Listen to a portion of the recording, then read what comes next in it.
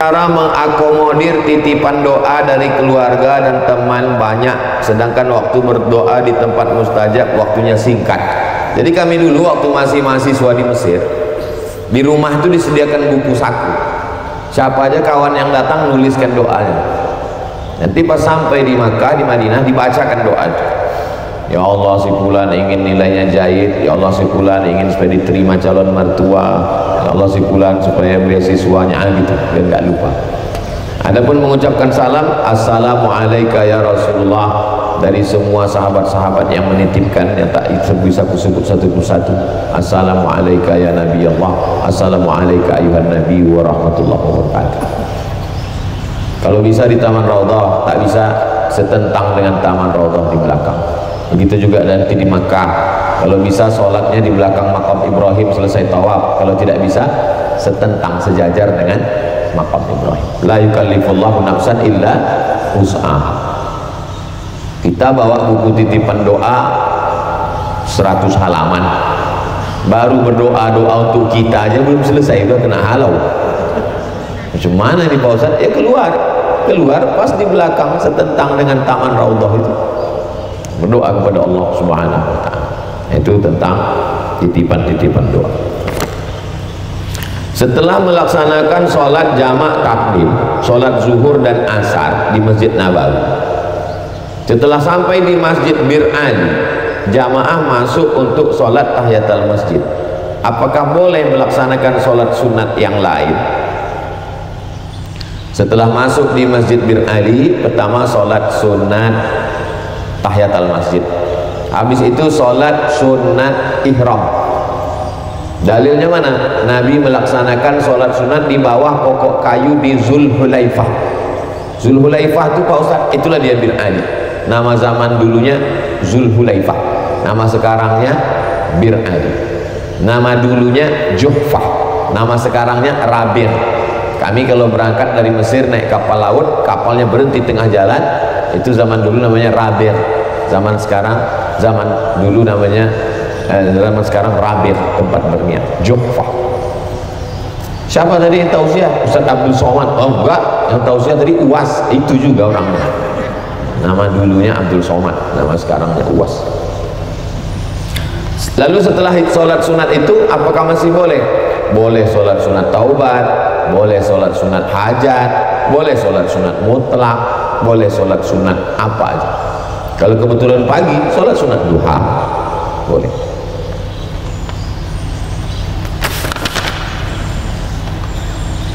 Saya istri meninggal, anak 3 tahun yang lalu. 2 tahun awal bayangan almarhumah selalu di pikiran saya. Ketika sholat, mengaji, perbuatan baik almarhumah di masa hidup.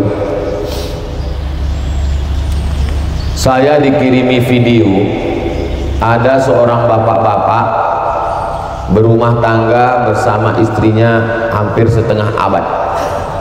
Setelah itu, setelah istrinya meninggal, dia setiap sholat menangis. Pertanyaan dia ke syekh itu, apakah sah sholat saya kalau saya menangis? Tapi justru orang konsen mendengar bukan pada nangisnya itu. Kok bisa dia ingat terus? Sementara bapak-bapak sekarang masih hidup pun dia udah lupa. Nah, itu kan. Jadi ternyata yang membuat ingat terus itu adalah kebaikan-kebaikan.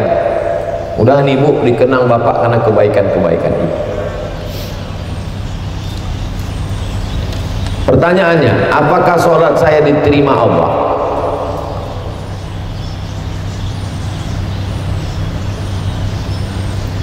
Buya Hamka punya anak namanya Irfan Hamka. Irfan Hamka menulis buku judulnya Ayahku. Ayah. Kalau Buya Hamka tentang ayahnya, ini Irfan menulis tentang Buya Hamka. Di dalam buku itu diceritakan Buya Hamka duduk membaca Quran 6 juz. Ditanya sama anaknya Irfan Hamka, kenapa ayah baca Quran?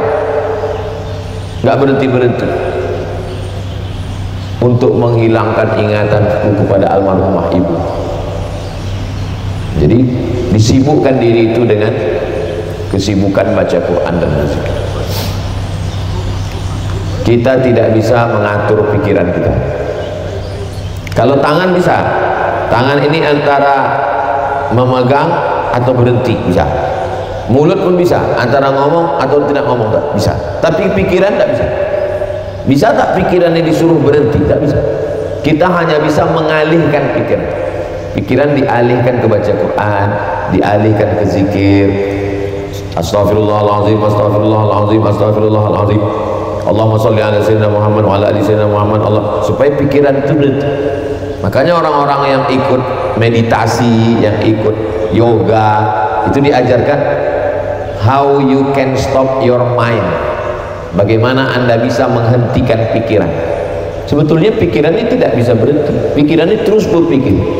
Menengok pohon kurma, berapalah buahnya, setahun berapa kali panen, berapalah modalnya, kira-kira bisa tak ditanam di Bekasi. Pikiran kita terus, pikiran itu, pikiran tak bisa berhenti. Pikirannya bisa dialihkan, dialihkan ke zikir, dialihkan ke baca Quran, dialihkan. Kalau kita sudah berusaha, dia tetap datang juga, maka kita terus sampai akhirnya Allah memberikan jalan. Allah berjanji, walladzina jahadu fina, orang yang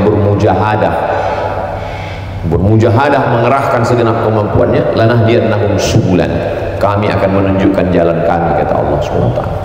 Dan Allah itu kalau sudah berjanji, innaka la tukhliful mi'ad, Allah tidak mungkin ingkar janji.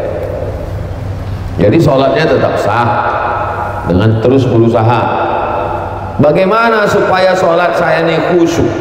Maka ketika membaca itu nafasnya diatur dan betul-betul dibaca. Cobalah dengar sholat zuhur, sholat asar di Masjidil Nabawi. Coba nanti dekat tiang, itu kedengaran imam itu seperti berbisik ke telinga kita. Bismillahirrahmanirrahim. Saking tajamnya mikrofon sini. Mikrofon di tempat kita bercakap pun kita kadang tak kedengaran. Mikrofon sini imam tuh berbisik bisa kedengaran. Nah, jadi tajam sekali betul. Bismillahirrahmanirrahim. Alhamdulillahirabbil alamin. Ar-Rahmanir-Rahim. Jadi dengan membaca dan mengatur nafas itu membantu kekhusyukan. Jadi banyak jamaah yang heran, yang pertama-pertama, Ustadz kenapa di sini sujudnya lama sekali? Sebenarnya sujud di sini itu nggak lama, sujud kita yang selama ini terlalu cepat. Coba hitung tasbihnya pakai nafas, itu hanya 5 kali sebetulnya. Tasbih yang dibaca imam itu hanya 5 kali. Tapi dengan nafas ya, Subhana rabbiyal a'la wa bihamdi, Subhana rabbiyal a'la wa bihamdi, Subhana rabbiyal a'la wa bihamdi, Subhana rabbiyal a'la wa bihamdi, Subhana rabbiyal a'la wa bihamdi. Kita selama ini 3 kali tasbih 1 nafas dan tak berbunyi. Itu yang cepat.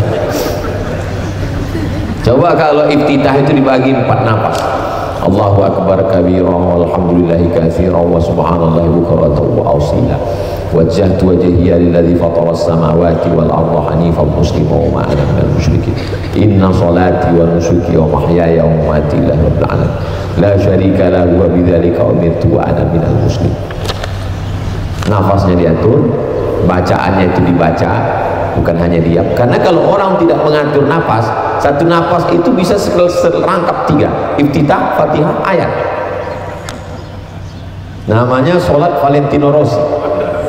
Nah, itu diantara menjaga kekhusyukan supaya pikiran kita tak kemana-mana.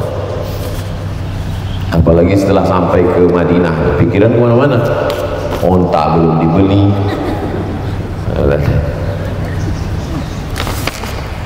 Azan Jumat kan ada 2 kali. Azan pertama dikumandangkan belum masuk waktu, karena azan pertama itu untuk memanggil orang datang ke masjid. Zaman Nabi azannya sekali setelah masuk waktu. Ketika pada zaman Abu Bakar, Umar, Utsman, pasar di Madinah ini sudah terlalu luas. Kalau azan sekali banyak orang terlambat, dibuat azan untuk memanggil. Setelah orang datang berkumpul, pas masuk waktu baru azan lagi. Dan azan kedua dikumandangkan saat khatib di atas mimbar dan waktunya masuk waktu azan. Bagaimana kedudukan sholat setelah azan pertama sedangkan waktu sholat belum masuk? Sholat qobliyah masuknya setelah masuk waktu. Jadi kalau zuhurnya jam 12.10 baru dihitung qobliyah setelah jam 12.10. Jam 12 tak ada qobliyah, karena qobliyah itu setelah masuk waktu. Jadi kalau dia sholat sunat, dia terhitung sholat sunat, bukan masuk qobliyah. Kenapa di sini tidak ada qobliyah? Karena di sini pakai mazhab Hambali. Dalam mazhab Hambali nggak ada qobliyah Jumat. Karena menurut mazhab Hambali, Nabi keluar dari kamarnya, langsung naik ke atas mimbar, Assalamualaikum warahmatullahi wabarakatuh, langsung muazzin. Mana ada qobliyahnya? Kata mazhab Hambali. Kata mazhab Syafi'i ada. Kapan qobliyahnya?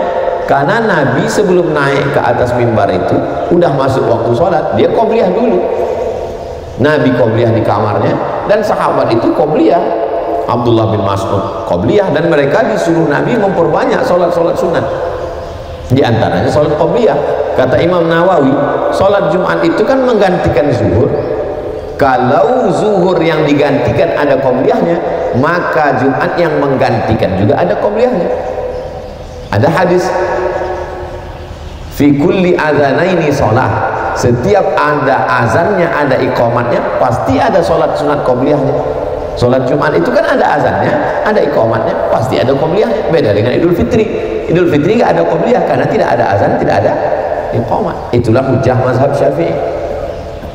Itu perbedaan. Iya, tapi Pak Ustadz di sini nggak ada. Di sini tidak ada qobliyah itu sejak 1924. Karena mazhab resmi negara mazhab Hambali. Sebelum itu Makkah Madinah ini mazhab resminya adalah mazhab Syafi'i. Baru sejak 1924 sampai sekarang 2023 ini, baru 100 tahun belakangan ini dia bermazhab Hambali. Jadi kalau mau melaksanakan qobliyah setelah azan, sebelum azan tidak disebut dengan qobliyah.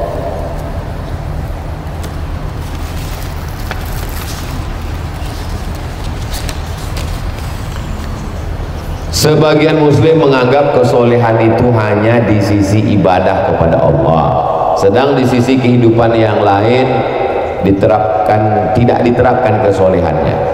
Misalnya muamalah sesama manusia, tetangga, bagaimana menyikapinya ini Pak Ustaz? Soleh itu kalau ada orang soleh hanya dalam sholatnya, tapi dalam timbangannya curang, belum soleh. Karena mana soleh itu artinya soleh secara total. Kalau solehnya kepada tetangga tapi kepada orang di rumah dan anak-anak tidak soleh, ya dia tidak soleh. Soleh itu dalam semua aspek kehidupan soleh. Sholatnya soleh tapi nggak mau bayar zakat, dia tidak soleh. Hablum minallahnya soleh, hablum minannasnya soleh, kepada anak istri soleh, kepada kawan jiran tetangga soleh, soleh di sana. Ada sholatnya soleh, bayar hutangnya toleh. Mohon maaf Pak, tolehnya itu tidak soleh. Soleh itu artinya dalam segala aspek kehidupan. Maka kalau soleh sholatnya, yang lain soleh. Kenapa? Karena sholat itu inna sholata tanha anil fahsya wal munkar. Kalau soleh puasanya, yang lain juga soleh. Karena tujuan puasa itu la'allakum tattaqun. Semua ibadah yang kita lakukan ini tujuannya adalah soleh. Terus umroh ini Pak Ustadz, umroh inilah ibadah yang paling mencetak orang jadi soleh. Ketika sedang ihram, mana boleh mengganggu orang lain? Jangankan mengganggu orang lain, mencabut bulu hidung sendiri pun tak boleh. Bulu hidung sendiri kita cabut, apa salahnya? Enggak boleh. Apalagi bulu hidung kawan kita cabut. Itulah soleh. Selama kita sedang ihram ini, nggak boleh mencabut. Misalnya kebun kurma ini punya kita, lalu kita pakai ihram, kita cabut, nggak boleh. Walaupun kebun kurma kita sendiri, apalagi kebun kurma orang kita cabut. Jadi ibadah yang paling mencetak orang jadi soleh, ya umroh. Umroh itu luar biasa. Kepalanya kepala bapak, pecinya peci bapak. Bapak tutupkan ke kepala bapak. Boleh apa tak boleh? Nggak boleh.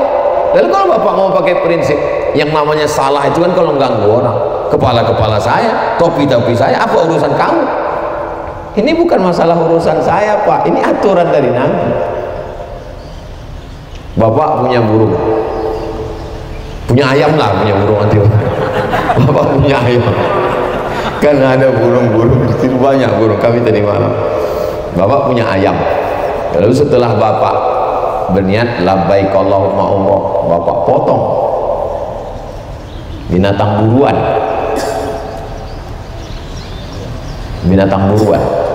Bapak berburu. Binatang buruan memang boleh diburu, apa salahnya? Tidak boleh. Nah, itu. Nah, jadi ibadah umroh ini fala rafasa faman farada fihi al hajja, siapa yang melaksanakan ibadah haji, fala rafasa wala fusuqa wala jidala. Tiga dia terjaga. Rafasa, kejahatan seksual. Fusuqa, kejahatan non seksual. Jidala, kejahatan lisan, lidah. Tiga ini terjaga waktu ini. Fusuqa, mana ada orang jahat seksual, semuanya nunduk habis tahallul baru. Wala jidal, enggak ada orang sedang ihram ini caci maki sumpah serapah, enggak. Paling kalau dia udah marah betul minta kunci sama Ustaz, kuncinya Ustaz. Ada orang caci maki sumpah serapah. Nah, jadi semua ibadah kita itu tujuannya untuk membuat kita menjadi soleh.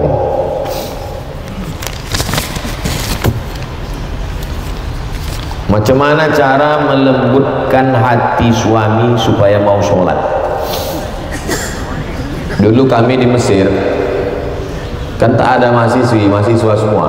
Jadi kalau hari raya kurban, kami lah panitia untuk buat sate. Jadi cara melembutkan daging kambing itu dikasih nenas. Jadi biar lembut hati bapak ini, kasih makan nenas banyak-banyak. Biar empuk dia. Gimana cara melembutkan hati suami supaya mau sholat Pak Ustaz? Ibu punya 6 wali. Pertama ayah, kedua kakek, ketiga abang, keempat adik laki-laki, kelima abang ayah, keenam adik ayah. Jadi wali-wali ibu inilah yang memanggil abang da Fir'aun tadi. Sini kau sebentar Fir'aun. Nah dia. Jadi ada satu kekeliruan, banyak istri yang setelah hijrah dia ingin suaminya baik, dia menceramahi suaminya. Suami tak terima, karena suami itu bagaimanapun juga dia adalah laki, kepala rumah tangga, dia ingin dihormati, dimuliakan. Jadi kalau diceramahi istri itu dia rasa hilang harkat martabat dirinya. Saya menyuarakan perasaan laki-laki. Jadi ibu kalau mau menasihati dia, panggil wali-wali ibu. Apalagi kalau ada di antara wali itu yang polisi, tentara, punya pistol, langsung kalau sembahyang, pecahkan kepala.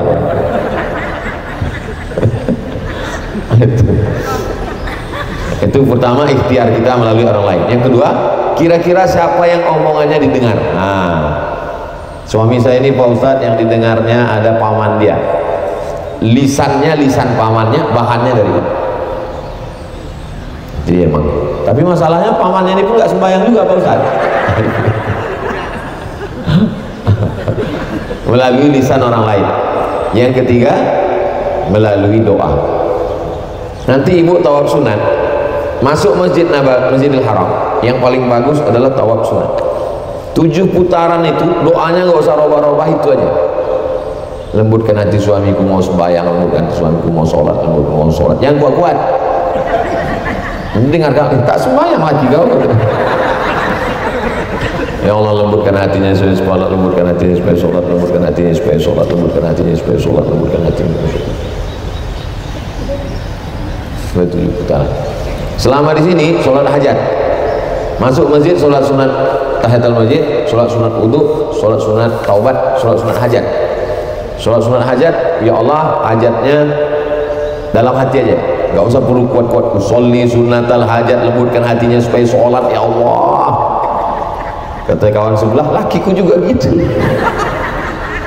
Rupanya lagi tren laki-laki. Nah itu untuk menguatkan kita semua, insyaallah. Dari ibu fulan, nggak boleh disebut Ini kertasnya saya simpan, ini menjaga kode etik. Takut bocor ke tangan yang tidak bertanggung jawab. Khawatirnya sih dipoto, diupload di FB. Kalau ada pertanyaan yang lain, silakan sampaikan. Fadhal. Bismillahirrahmanirrahim. Assalamualaikum Pak Ustaz. Waalaikumsalam. Saya dari kereta umrah lintas Baitullah Pak Ustaz. Saya ingin bertanya sedikit Pak Ustaz tadi mengenai tausiah Pak Ustaz sampaikan bahwa kita harus bergaul bersama dengan orang-orang soleh Pak ya. Nah, bagaimana kita sebagai umat manusia Pak menilai orang itu soleh? Karena banyak zaman sekarang ini orang ngaku-ngaku soleh Pak. Dan untuk diketahui sebentar lagi ada musim pemilu Pak. Banyak orang-orang soleh yang mau Pak. Itu bagaimana Pak Ustaz? Pertanyaan saya. Yang kedua, selain bergaul dengan orang soleh, kita juga bisa bergaul dengan orang-orang lainnya, tetapi tidak merusak akidah kita. Nah itu saya pertanyaan Pak. Karena itu saya galau sekarang banyak yang tiba-tiba ngomong jadi orang soleh setelah pemilu atau setelahnya berubah jadi orang seperti biasa. Itu aja Pak Ustaz. Terima kasih. Assalamualaikum warahmatullahi wabarakatuh. Semalam saya dapat posting di grup, orang pakai baju kaos hitam, di belakangnya ada tulisan, kalau kelihatan ada orang baik, yakinkanlah bahwa dia caleg. Itu adalah kalimat sindiran, kan tidak semua begitu. Jadi kata Nabi, siapa yang kamu lihat sholat subuh berjamaah, maka saksikanlah dia orang baik. Siapa yang tidak sholat asar berjamaah, tidak sholat subuh berjamaah, saksikanlah berarti dia orang munafik. Berdasarkan hadis ini apa maknanya? Kita menilai orang melalui zahir. Maka keluarlah ungkapan nahnu nahkumu bizzawahir. Kita menilai orang itu zahirnya. Wallahu yatawallas sarair.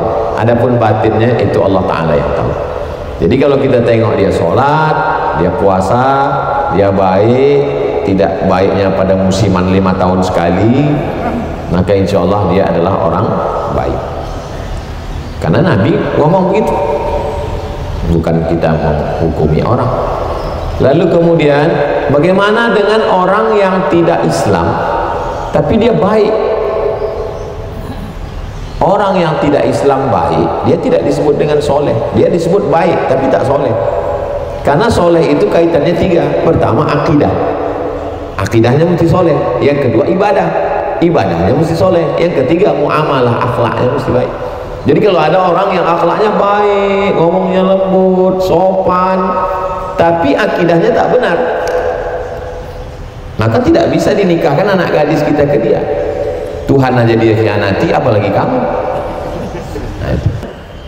Ibadahnya bagaimana? Ibadahnya mau baik. Nah, jadi kita husnuzon kepada orang, tapi bahwa kemudian terjadi hal yang tak diinginkan, terjadi kekeliruan, kesalahan, memang sifat manusia. Pertanyaan Bapak pertanyaan Abang amat sangat penting karena aktual yang terjadi sekarang. Mudah-mudahan kita semua baik, betul-betul baik. 3, baik akidah, baik ibadah, baik muamalah. Terima kasih. Jazakumullah. Waalaikumsalam warahmatullahi wabarakatuh. Izin bertanya Ustaz, jadi pertanyaan saya yang pertama kurang lebih sama seperti pertanyaan sebelumnya. Temanya kan hari ini kan manfaat berteman dengan orang-orang yang soleh. Jadi makna sesungguhnya dari solehnya apa Ustaz? Jadi terus pertanyaan yang kedua, apakah ada suatu syarat-syarat tertentu yang menjadikan suatu amalan ini bisa dikategorikan sebagai amalan yang soleh, atau ada kondisi di mana suatu amalan yang kita perbuat ini nggak termasuk amalan yang soleh gitu, cuma amal biasa aja gitu? Terima kasih. Saya komentar. Soleh akidahnya, tidak menyembah kayu, tidak menyembah batu, tidak menyembah lembu, tidak menyembah hantu. Itu soleh akidah. Soleh ibadahnya, sholat, puasa, zakat, haji, umroh.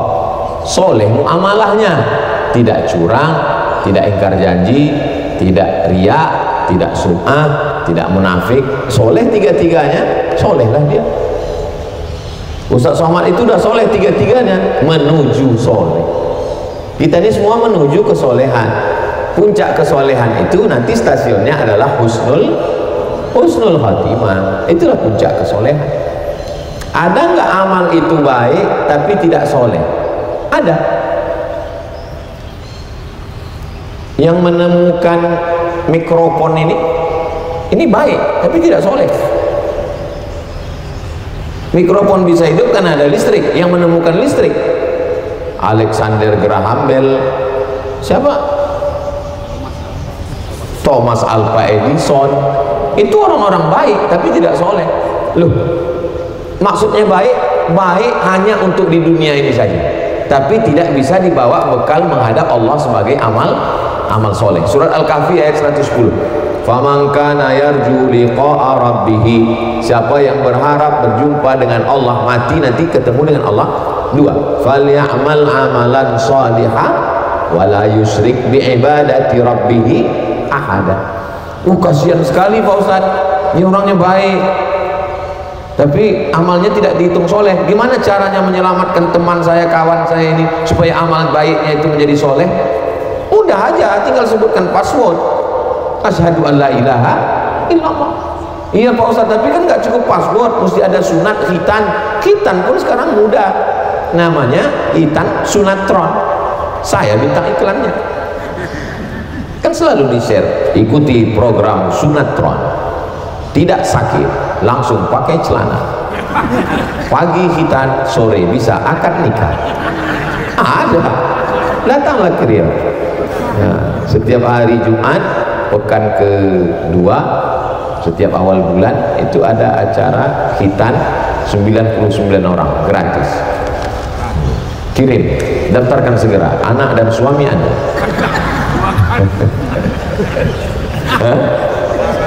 Jangan 2 kali Pak, 1 aja hampir habis. Jadi pertanyaannya bergizi, berkualitas. Apa itu baik, apa itu soleh? Kalau hanya sekedar baik, semua orang baik. Makan itu baik tapi tidak soleh. Kapan makan itu menjadi soleh? Ketika disebut nama Allah, Allahumma barik lana fima razaqtana wa qina azaban. Tidur itu baik, dokter bilang tidur. Ayam pun tidur, ular pun tidur, gajah pun tidur, tapi tidak soleh. Kapan dia menjadi soleh? Ketika disertakan nama Allah, bismika Allahumma, jangan disebut, kadang mau tidur langsung. Di situ dia baru menjadi soleh. Nah, kita ini mudah-mudahan semua amal kita baik dan soleh, insyaallah. Amin ya rabbal alamin. Ada, saya jawab dengan kertas nih Ustaz. Ketika kita sedang belajar hijrah, bagaimana cara menanggapi jika ada yang mengatakan bahwa itu hanya ikut-ikutan aja, itu hanya tren aja. Semua berawal dari ikut-ikutan. Semua berawal dari ikut-ikutan. Setelah ikut-ikutan menjadi kebiasaan. Setelah kebiasaan lama-lama menjadi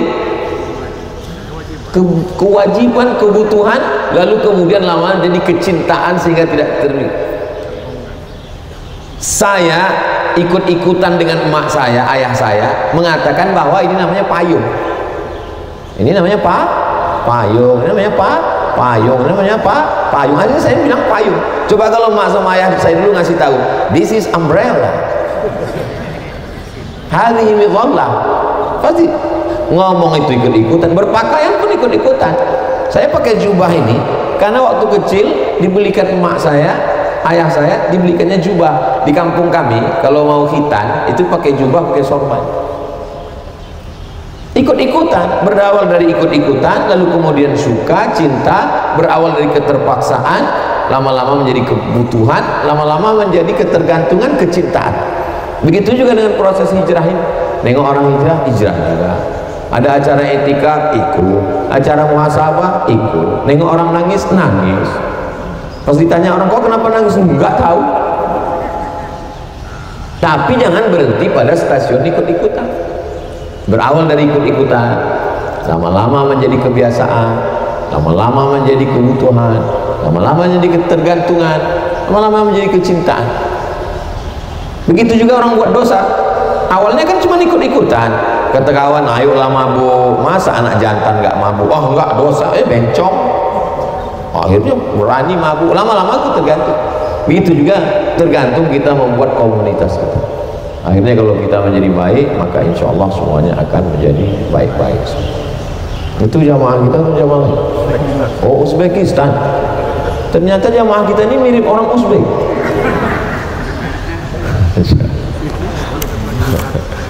Assalamualaikum warahmatullahi wabarakatuh. Waalaikumsalam.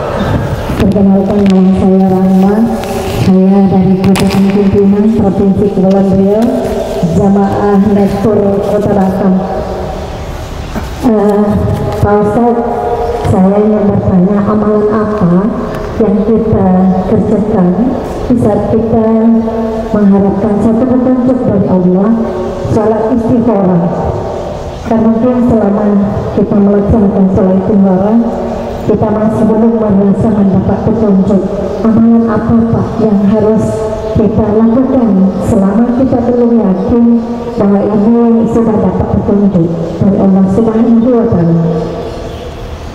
Terima kasih. Assalamualaikum warahmatullahi wabarakatuh. Yang pertama, sholat istikharah. Ayatnya bebas, waktunya paling bagus malam. Pagi pun boleh, siang pun boleh. Yang kedua, banyak sholawat. Allahumma sholli ala sayyidina Muhammad wa ala ali sayyidina Muhammad. Allahumma sholli ala sayyidina Muhammad wa ala ali sayyidina Muhammad. Allahumma sholli ala sayyidina Muhammad wa ala ali sayyidina Muhammad. Sebanyak-banyaknya. Nanti isyaratnya datang pertama melalui mimpi, kedua melalui lintasan. Lintasan itu sekelebat, mungkin sedetik atau 3 detik. Waktu kita sedang antara tidur sama jaga, datang nampak satu bayangan, isyarat dia. Yang ketiga, orang lain bermimpi untuk kita. Allah ngasih melalui orang lain. Ustaz Somad, saya melihat Ustaz duduk dengan Habib Umar. Saya nggak lihat, jamaah lihat. Saya bilang itu artinya kalau kita mimpi jumpa ulama, berarti kita satu mazhab dengan ulama itu, satu manhaj.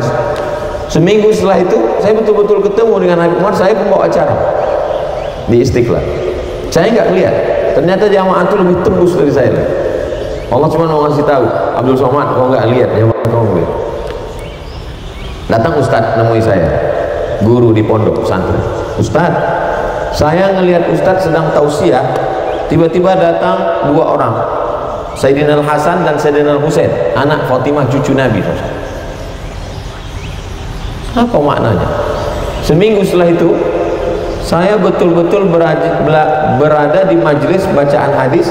Yang membacakan hadis itu Sayyid Abdul Mun'im bin Abdul Aziz bin Siddiq Al-Umari Al-Hasani, keturunan Sayyidina Al-Hasan.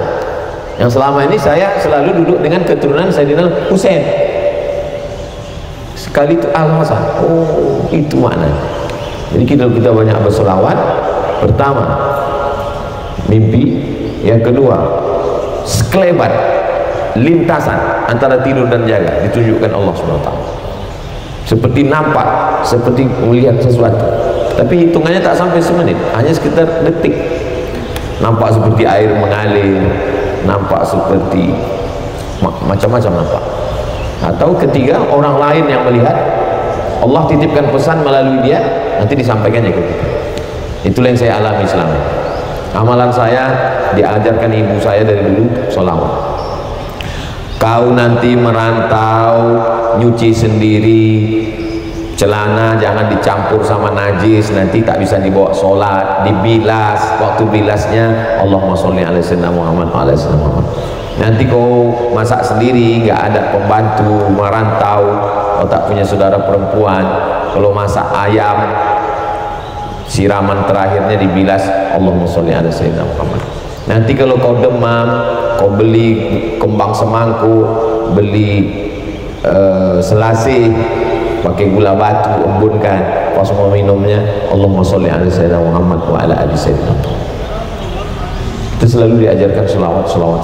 Jadi memperbanyak selawat. Allahumma sholli ala sayyidina Muhammad wa ala ali sayyidina Muhammad. Salaman dengan bapak-bapak, Allahumma sholli ala sayyidina Muhammad wa ala ali sayyidina Muhammad. Mudah-mudahan Allah memberikan kita hidayah melalui selawat. Demikian. Wallahu a'lam. Terima kasih. Assalamualaikum warahmatullahi wabarakatuh. Waalaikumsalam. Jadi Pak Ustaz, kalau bergaul dengan orang soleh itu ada ucapan yang menyatakan bahwasanya kamu dapat dilihat dengan siapa kamu bergaul. Nah, jadi kalau sekiranya orang-orang soleh yang merasa dirinya soleh tersebut membuat satu kumpulan atau grup hanya dengan bergaul dengan rombongan atau grup-grup mereka saja, terus yang orang-orang yang belum mendapat intirah apa sebenarnya itu gimana mereka membawa mereka jadi intirah. Saya ini merasa diri saya kurang soleh, belum soleh, menuju orang soleh. Maka begitu saya dapat kabar ada Syekh Usamah, saya datang. Saya dengar ada Syekh Abdul Mun'im, saya datang. Nampak saya ada Habib Syekh Abdul Qadir As-Segaf, saya datang. Itu maksudnya. Mujalah satu solihin, duduklah kamu bersama orang-orang soleh. Saya merasa saya kurang soleh, tidak soleh. Saya ingin menguatkan kesolehan saya, maka saya pergi ke Aceh, saya ketemu Abu Tumin, saya ketemu Abu Kutakrung, saya ketemu murid-murid Syekh Mudawali yang tua-tua. Itu maksudnya duduklah engkau dengan orang soleh. Adapun bagaimana dengan orang yang masih minum khamar, masih mabuk, itu hadisnya man ra'a minkum mungkaran, kalau kamu melihat kemungkaran falyughayyirhu biyadihi, dengan tangan. Ustaz Somad kalau duduk sama orang soleh aja dengan, makanya kalau saya pergi ke satu daerah, tablik akbarnya mesti 3. Pertama, tablik akbar di tanah lapang. Tanah lapang sepak bola, di stadion. Kenapa? Itu untuk ring 3 yang belum tersentuh masjid. Ada beberapa orang tak mau ke masjid karena dia trauma, kawannya ke masjid meninggal, dia tak mau ke masjid. Nah, maka dibuat tablik akbar. Makanya kalau panitia saya sampaikan, nanti buatkan satu tablik akbar malamnya di tanah lapang ya, di stadion ya. Itu maksudnya supaya untuk orang ramai. Baru kemudian yang kedua, tablik akbar di masjid, dalam masjid. Nah, ini biasanya subuh untuk ngaji. Baru kemudian untuk yang zuhur dan duha, itu biasanya untuk komunitas. Komunitas ID, Ikatan Dokter, komunitas motor besar moge, komunitas pengacara, komunitas. Ini orang-orang komunitas ini yang tidak datang bukan mau pengajian sebetulnya, karena mau datang acara family gathering atau ngopi bareng atau acara macam-macam. Di Loksmawe itu Ustadz Damanhur ada buat nama acaranya ngopi, ngobrol perkara iman. Tidak di masjid, tapi di kafe. Di kafe. Kawan-kawan kita buat. Ustadz Dery Sulaiman juga buat di kafe. Jangan menutup akses. Banyak orang mau bertobat, tapi untuk menjumpai Ustadz ini susah sekali. Menjumpai Ustadz siapa? Ustadz Somad. Payah kali kami mau jumpa Ustadz. Dulu nomor saya itu saya kasih di YouTube. Yang mau bertanya ke saya, ini nomor saya. Oh, banyak pula anak gadis mau ya. Nah, sejak itu nomor saya simpan, jadi nomornya masuk ke admin. Makanya banyak sekali di Instagram, Ustadz, admin ini kenapa nggak pernah dibalas? Ini DM kami kok nggak dibalas? Itu jangan salahkan saya, karena saya tak tahu passwordnya. Jadi insya Allah nanti kita buat grup. Ada kajian Selasa malam Rabu, itu bersama hijrah bersama Ustaz Abdul Somad. Itu pertanyaan yang masuk setiap hari Selasa malam Rabu. Walaupun sedang umroh ini, tetap kemarin transit di Jakarta, Selasa malam Rabu, Rabu berangkat, tetap malamnya tetap dibuat acara. Nah, jadi jangan tutup akses.